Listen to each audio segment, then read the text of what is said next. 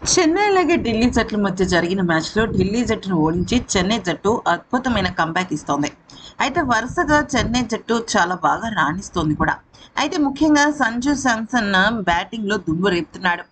ఇక ధోని లేని లోటు తీరుస్తున్నాడు. దీనిపైన Dhoni for the first time స్పందించాడు. అంతేకాకుండా సంజు శాంసన్ విషయంలో ఇందుకే అసలు ధోని సంజు శాంసన్ గురించి చెప్పిన శుభవార్త ఏంటి అనేది మనం ఇప్పుడు తెలుసుకుందాం. మొదటగా ధోని స్పందిస్తూ ఏమన్నాడంటే, చెన్నై జట్టు మొదటి మ్యాచెస్లో చాలా ఎక్కువగా తడబడింది. అయితే ఈ టోర్నమెంట్ మనం గమనిస్తే బౌలర్లదే పైచేయి ఉంది. బౌలర్లు సరిగ్గా రాణించకపోతే అసలు గేమ్లో ఎక్కడ మనం నిలిచే ప్రసక్తే లేదు.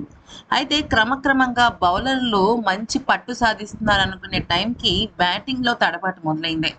అయితే దీని రెండింటినీ బ్యాలెన్స్ చేస్తూ సంజు శాంసన్ చాలా అద్భుతంగా ముందుకొస్తున్నాడు. తనకి మంచి టైం ఇవ్వాలి. తనకి ప్రెషర్ పెట్టకుండా ఫ్రీడమ్ ఇవ్వాలి. అప్పుడు చాలా బాగా ఆడతాడు.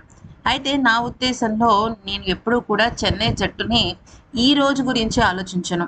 ఒక 10 ఏళ్ళు ముందుగానే నేను చెన్నై జట్టు గురించి ఆలోచిస్తాను. ఎందుకంటే చెన్నై జట్టు అంటే నాకు ప్రత్యేకమైన అభిమానం ఉంది.